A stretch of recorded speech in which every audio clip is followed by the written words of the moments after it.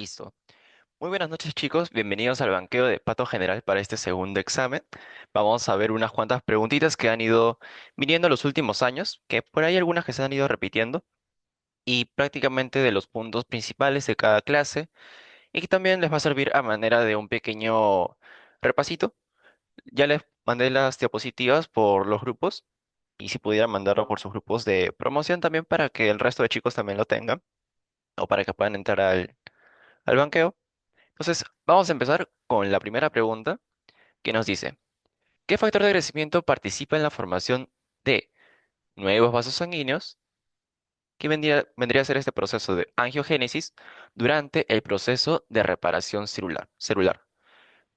La alternativa A, el factor de crecimiento epidermal; B, el factor de crecimiento transformante de tipo beta; C, el TNF-alfa o el factor de necrosis tumoral; y D, el factor de crecimiento endotelial vascular.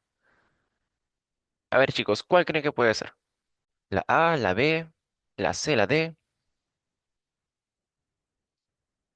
Me pueden ir enviando sus respuestas por el chat. Ya, a ver, por ahí me dicen la D. Le voy poniendo un puntito. ¿Alguien más? También la D. Ya, listo, ya. Full D. Ya, perfecto. Entonces, vamos a ver de cada uno de estos. Primero, respecto al factor de crecimiento epidermal, tenemos que este se va a empezar a producir cuando hay una lesión en piel. ¿Y esta para qué nos va a servir? Principalmente para dar con regeneración de lo que son células planas, queratinocitos, células epiteliales, etcétera, etcétera, pero que son de la piel externa. No tiene nada que ver como tal con la angiogénesis. Luego, el factor de crecimiento transformante de tipo beta, este como tal va a ayudar en lo que son procesos de inflamación, y lo que van a hacer finalmente es estimular los procesos de fibrosis, y que tampoco tiene que ver mucho con lo que es la angiogénesis. El TNF-alfa, que algo que también ya lo habrán visto en Fisiopato y por montones, como tal, este es un mediador de la inflamación. Entonces, bueno, nos ayuda a desencadenar toda la cascada de inflamación con la liberación de interleuquinas, etcétera, etcétera. Y como tal, puede dar con la destrucción de tejidos, patógenos, etcétera. Pero no hace angiogénesis. Y por último, tenemos al factor de crecimiento endotelial vascular. Como su mismo nombre nos dice, endotelio vascular. O sea, son células endoteliales, o estimula la proliferación de estas células endoteliales. ¿Para qué? Para que de nuestro vaso sanguíneo, que va así, así, otra célula, y que por acá se había dañado, ocurrió una injuria, se empiezan a proliferar estas células endoteliales y esto se pueda recuperar. ¿Para qué? Para dar con la regeneración de este endotelio y el vaso sanguíneo dé con su función normal. Y es lo que tenemos acá. Del primero, del EGF, habíamos mencionado que era ante qué, ante lesiones de piel, principalmente para su regeneración. ¿Y por qué es importante esto? Porque la piel es uno de los protectores principales que tenemos, recordando un poquito de pato infecciosa, que nos va a ayudar a protegernos de diferentes patógenos. Luego, el factor de crecimiento transformante. ¿Qué hace este? Principalmente aumenta lo que es la síntesis de colágeno. Y este colágeno se traduce finalmente en fibrosis, engrosamiento del órgano y en parte pérdida de su función, que también es un proceso de respuesta inflamatoria. Y por último tenemos esto, la acción antifibrinolítica, o sea, se trata de evitar un proceso que degrade a la fibrosis o que degrade al colágeno. ¿Por qué? Porque finalmente este colágeno nos va a ayudar a tratar de recuperar algo del tejido o la forma. El TNF-alfa, como habíamos dicho, un mediador proinflamatorio que se secreta por macrófagos, va a inducir fiebre, apoptosis principalmente. Y el VEGF, el último, y que es nuestra clave finalmente, tenemos que este es el responsable de la angiogénesis. ¿Qué hace? Estimula lo que es la proliferación y migración de células endoteliales y mejora la permeabilidad vascular. ¿Qué ocurre con esta permeabilidad? Esta nos va a ayudar a que finalmente migren ciertas sustancias, ciertas proteínas que finalmente van a ser necesarias para nuestras células endoteliales para que finalmente puedan dar con la regeneración del tejido. Entonces, muy bien chicos, como habían ido diciendo en el chat, la respuesta vendría a ser la D, el factor de crecimiento endotelial vascular. Por ahí si tienen alguna duda, cualquier preguntita del tema, me pueden dejar en el chat, por privado o así en público, y podemos retroceder a la pregunta.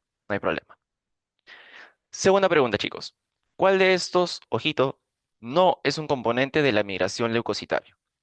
A, rodamiento, B, diapedesis, C, adhesión, D, fagocitosis y la E, marginación. ¿Cuál creen que sea, chicos?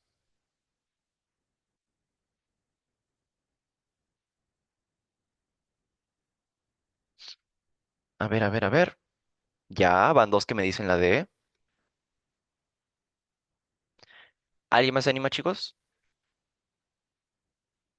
Otra D. Ya, perfecto. Ya, están perfectos, chicos. Ya, entonces vamos a ver que dentro de lo que es este proceso de migración leucocitaria va a ocurrir ante algún estímulo. El estímulo más común que va a desencadenar esta migración van a ser las bacterias, una infección. Entonces, estas bacterias, que son las bacterias piógenas principalmente, que producen pus, ¿qué ocurre? Liberan sustancias quimiotácticas. Entonces, vamos a tener nuestro, ay, lo voy a hacer de rojo. Por ejemplo, tenemos nuestro vaso sanguíneo y en un tejido adyacente vamos a tener aquí una bacteria. Esta bacteria, ¿qué va a hacer? Va a empezar a secretar estas sustancias quimiotácticas. Entonces, ¿qué ocurre? Estas sustancias van a empezar a mandar como que señales y los leucocitos, que iban a estar aquí al centro, van a empezar a migrar. ¿Y esta migración cómo es que se da? Lo normal, por este lado, es que los eritrocitos, por así decirlo de forma didáctica, normalmente se encuentran en la periferia del vaso sanguíneo, y se dan cuenta. Y los leucocitos están en la región central. Pero ¿qué ocurre ante esta migración leucocitaria? Este patrón, por así decirlo, se invierte. Entonces, los eritrocitos pasan ahora a la región central y los leucocitos a la región periférica. Es decir, se van hacia lo que es el margen. ¿El margen de qué? De nuestro vaso sanguíneo. Es por eso que el primer proceso o este primer paso dentro de la migración leucocitaria se llama como marginación o marginalización. Luego tenemos lo que es el rodamiento, en donde la célula o el leucocito literalmente empieza como que a rodar sobre sí mismo. Luego tenemos la adhesión, que por medio de unos receptores, esta célula se pega, la diapedesis, que es el ingreso de la célula, y finalmente la quimiotaxis, en donde después de haber ingresado por aquí, finalmente estos leucocitos migran hacia donde estaba la bacteria. Entonces aquí tenemos un gráfico que nos explica todo esto. El primer proceso habíamos dicho que era la marginación, en donde estos leucocitos pasan a la región periférica y van a empezar a rodar sobre sí mismos hasta que llegan a un punto donde tienen unos receptores y que finalmente estos hacen que se pegue, por así decirlo. Y de ahí se da lo que es la diapedesis o esta emigración a través del endotelio. Finalmente, tenemos que ya ingresa por la diapedesis y realiza lo que es la quimiotaxis, que se van hacia lugares donde están las quimiosinas o estas sustancias quimiotácticas. Entonces, esos cinco pasos van a ser los que incluyen lo que es la migración leucocitaria. Y el último, que era la fagocitosis, no es parte de la migración, pero sí es un proceso muy importante para controlar, por ejemplo, el caso de las infecciones. Habíamos dicho que aquí van a haber bacterias. Entonces, estas bacterias, que bueno, ya han sido previamente marcadas, van a ser fagocitadas por estas células. Entonces, este último proceso es el que como tal, si bien es muy importante, no pertenece a lo que es la migración leucocitaria. Entonces, nuestra respuesta, como bien han dicho algunos de ustedes, es la letra D. ¿Hasta ahí, chicos, tienen alguna pregunta? ¿Algo que por ahí no les haya quedado claro, que desean que repita? Ya, todo claro, perfecto. Entonces, continuamos con la tercera pregunta, que dice, ¿quién se encarga de dar con el proceso de la contracción de la herida? tenemos la alternativa A, que son los macrófagos, alternativa B, fibroblastos, C, miofibroblastos de colágeno de tipo 1 y la E, colágeno de tipo 3. ¿Cuál creen que es, chicos? ¿La A, la B, la C, la D, la E?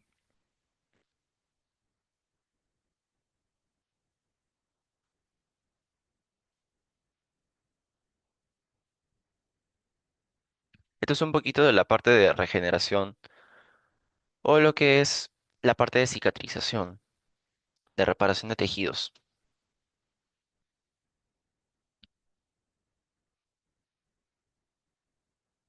Ya por ahí me dicen la C, otros la B,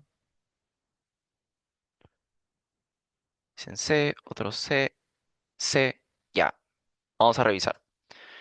De hecho, B y C. Entonces, ¿qué ocurre? Dentro de lo que es la reparación de tejidos, tenemos a tres procesos. La reparación como tal, es el mismo nombrecito, a lo que es la contracción y finalmente lo que es la regeneración. Puntos importantes de cada uno. En la reparación van a participar, o bueno, tenemos que se da lo que es la formación del tejido de granulación.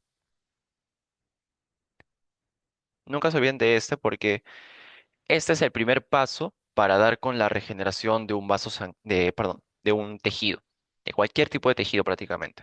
Entonces, ¿qué ocurre?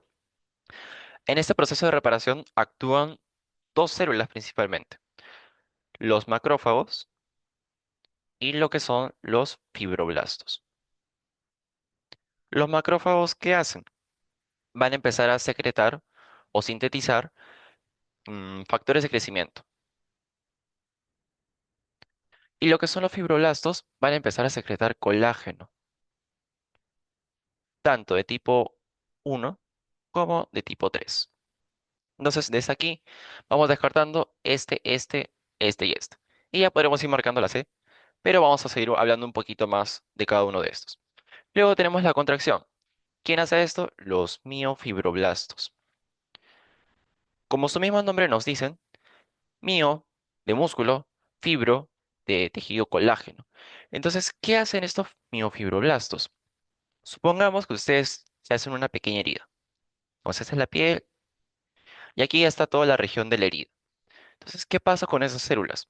Esas células que van a estar aquí, ¿qué hacen? Van a empezar a jalar los extremos del tejido.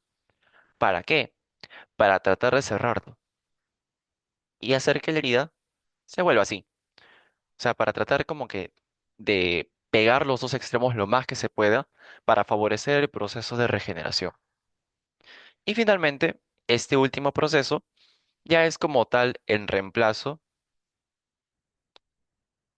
de todas estas células que estaban acá, de macrófagos, fibroblastos, miofibroblastos y otras células, es en reemplazo de estas por tejido normal o el tejido, por así decirlo, original de un órgano o de la piel por lo general. Entonces, aquí tenemos la función de cada uno de estos, ¿no? Que los macrófagos secretan factores de crecimiento, los fibroblastos van a producir matriz extracelular, principalmente colágeno, dentro de lo que son 24 horas aproximadamente, miofibroblastos, que es componente fibroso, muscular, y van a tratar de juntar los dos extremos. Uy, perdón, acá, esto no. Y aquí vendría a entrar lo que es el reemplazo por tejido normal, que va a ser el proceso de regeneración, donde tenemos, por ejemplo, células lábiles,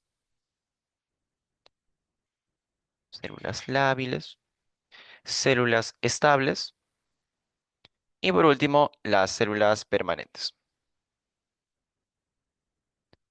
Que lo que queremos finalmente es que se recuperen las células estables y permanentes, que dan finalmente con ese tejido normal u original, por así decirlo, de la piel principalmente. Entonces, nuestra respuesta finalmente viene a ser la C. De ahí, quinta pregunta, ¿Qué nos dice? ¿A qué patrón corresponde la siguiente definición? Proceso supurativo, difuso infiltrativo, sin límites definidos que se desplaza por planos y que, ojo, no enquista. Tal vez por ahí sea la pista más importante de esta pregunta. Como tal es una pregunta de definiciones, así que, a ver chicos, ¿cuál creen que puede ser? Que siempre les preguntan definiciones. Ya me van diciendo Lemón, un puntito. ¿Quién da más? ¿Quién da menos, chicos? También me dicen la C, Lemón y otra C. Ya, perfecto. Entonces vamos a definir esto de acá. ¿Qué ocurre? Cuando hablamos de lo que son procesos supurativos, como en la pregunta anterior, habíamos dicho que son procesos donde vamos a ver la producción de pus. ¿Y de qué está compuesto el pus? Lo que siempre nos repite el doctor Palomino, que son polimorfos nucleares vivos, polimorfos nucleares muertos, líquido de edema, bacterias vivas, bacterias muertas y fibrina. Y a ver, chicos, este líquido de edema, si se acuerdan, por ahí la parte de patohemodinámica o incluso lo de fisiopato, este edema es un trasudado o un exudado. ¿Qué es, chicos? Por aquí una pista, la fibrina es una proteína. ¿Qué creen que sea este edema? ¿Trasudado o exudado? Que es algo que siempre tienen que tener en cuenta. Perfecto, exudado, muy bien. Que recordemos que el exudado siempre va a estar en lo que es procesos inflamatorios, en donde hay un gran predominio de lo que son las proteínas. Entonces vamos a hablar de cada uno de estos procesos. El absceso, lo común es que se encuentre en órganos sólidos, pero también se puede encontrar en lo que es piel. Tenemos que como tal, aquí va a haber destrucción del parénquima y puede enquistar y fibrosar. Como tal, vamos a ver que se puede dar con como esta formación de esta bolita, en donde lo que ocurre es que por procesos de fibrosis, de producción de colágeno, se forma esta bolita, pero es localizado. Y desde aquí ya nos dice que es difuso. Entonces, no, esta no es. Luego tenemos el empiema. El empiema va a ser esta colección de pus localizada, en donde se va a presentar en una cavidad corporal o en un órgano hueco. Esta por lo general se va a presentar en lo que es la pleura, el espacio pleural, donde por ejemplo, después de un proceso infeccioso, después de una neumonía, puede ser que esta infección se complique y que finalmente se llegue a lo que es la pleura y la infección sea mucho peor. Y por último tenemos el flemón, que nos dice lo que está en el enunciado, que es un proceso difuso infiltrativo. Lo principal, sin límites definidos. Hiperémico se refiere que hay un gran flujo de eritrocitos y que esto va a causar fiebre a nivel local, es edematoso y que se desplaza a través de planos de declive y a pasos anatómicos. Y como se puede ver aquí, esto se puede dar en infecciones periodontales, en donde, por ejemplo, causan una gran infiltración, en donde, en dientes, encías, en el tejido celular subcutáneo a nivel de los cachetes, etcétera, etcétera. Entonces, la respuesta final vendría a ser, como muy bien han dicho, flemón. Siguiente pregunta, chicos. ¿Cuál de estas sí es una función de la interleuquina 4? ¿Cuál creen que sea? Es en la C. A ver,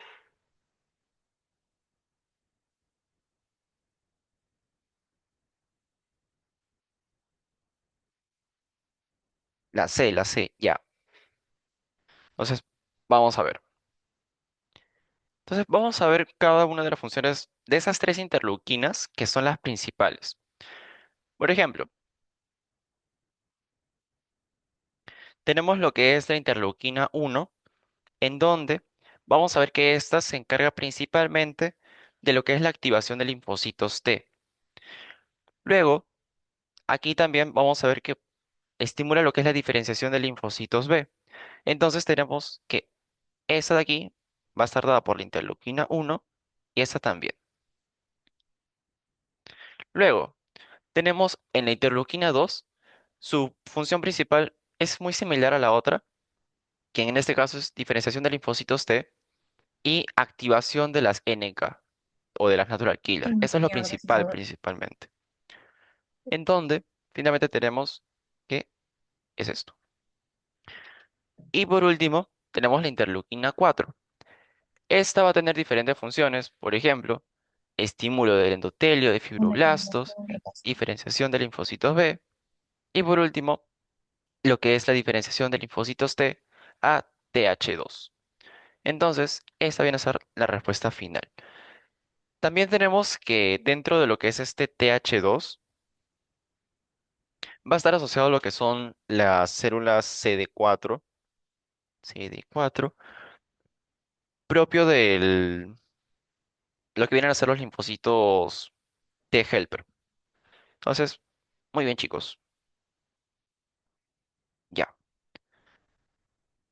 A ver, siguiente pregunta. Dice, ay, a ver, chicos, creo, por si acaso les ha salido un anuncio de que el Zoom se cierra en un ratito.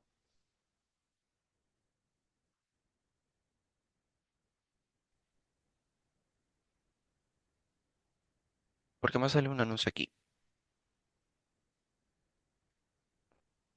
Ya, chicos, en caso se cierre el Zoom, yo les mando otro link para que puedan entrar. No se preocupen. Ya, entonces vamos a continuar. Dice, relaciona los tipos de mediadores dependiendo si son preformados o de síntesis de novo. A ver, chicos, les doy un tiempito para que puedan ir relacionando cada uno, ya sea la histamina, leucotrienos, prostaglandinas, heparinas o triptasa.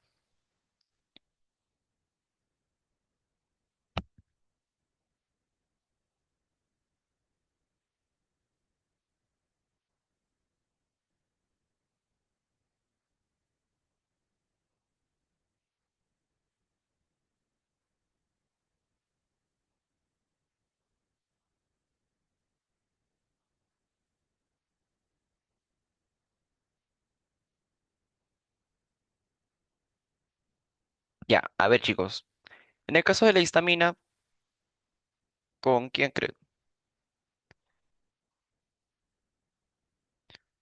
Sí, sí, en 5 minutos. Ya, chicos, si se cierra, yo les mando el link para que puedan volver a ingresar. No se preocupen. Y de ahí continuamos. A ver, me dicen 1 AED 2 BC. A ver, primero tenemos a la histamina. La histamina como tal, ¿de qué se va a encargar? De lo que es procesos de broncoconstricción y vasodilatación, donde es uno de los vasodilatadores principales. Recordemos que todos estos factores van a estar dentro de lo que es la hipersensibilidad de tipo 1. Entonces nos dice la histamina, que viene a ser como tal un mediador preformado.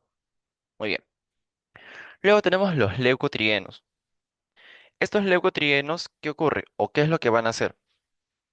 Van a hacer también broncoconstricción, pero esta broncoconstricción es mucho más fuerte en comparación a la histamina, y en este caso tienen una función contraria en los vasos sanguíneos. Van a ser vasoconstricción. Y este va a ser un mediador de síntesis de novo.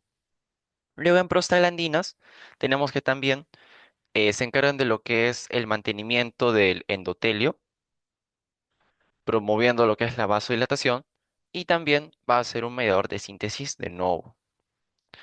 La heparina, por su parte, va a ser un mediador preformado y la triptasa, que como tal es una sustancia que se encarga de la destrucción de matriz celular. ¿De matriz? ¿Para qué? Para que finalmente pueda darse el ingreso de células inflamatorias. Y como tal, este va a ser un mediador preformado. Entonces, muy bien como me habían ido mencionando en el chat, los mediadores preformados van a ser la histamina, heparina, triptasa y los de síntesis de novo, los leucotrienos y prostaglandinas. Muy bien, chicos. A ver, seguimos. Allá. Les voy a aplicar esto aquí, este gráfico. ¿Qué ocurre? Dentro de lo que es la hipersensibilidad de tipo 1, vamos a tener que se da principalmente en pacientes atópicos. O estos pacientes que ya como que tienen esta predisposición a lo que son las alergias, etcétera, etcétera. Entonces, ¿qué ocurre? Primero, o lo que va a ocurrir, es una primera exposición, en donde como tal, estas personas van a ser expuestas a un alérgeno que tiene un antígeno. Se presenta a diferentes células, pero todo finalmente llega a una célula B, que tiene un receptor específico para este antígeno. Entonces, se diferencia en una célula plasmática y produce inmunoglobulina E. Esta viaja hacia los mastocitos y basófilos y desde ya se van a ir formando lo que son estos mediadores preformados. Pero acá no se libera nada todavía. Pero cuando esta persona se expone otra vez a este antígeno, que es la exposición tardía, va a darse con lo que es la degranulación de lo que son estos mastocitos, estos basófilos, y dan con la liberación ya de tanto los mediadores preformados, pero aquí también se empiezan a sintetizar los de novo. Es como que ya se libera lo que ya se tenía antes y los nuevos que recién se están produciendo, apenas se producen, también los estamos empezando a liberar. Entonces, hasta ahí chicos, ¿tienen alguna duda sobre alguno de los puntos?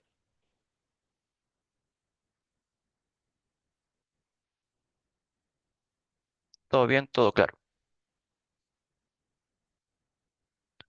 Ya, perfecto. A ver, el Zoom ya se va a cerrar chicos, entonces voy a ir creando otro.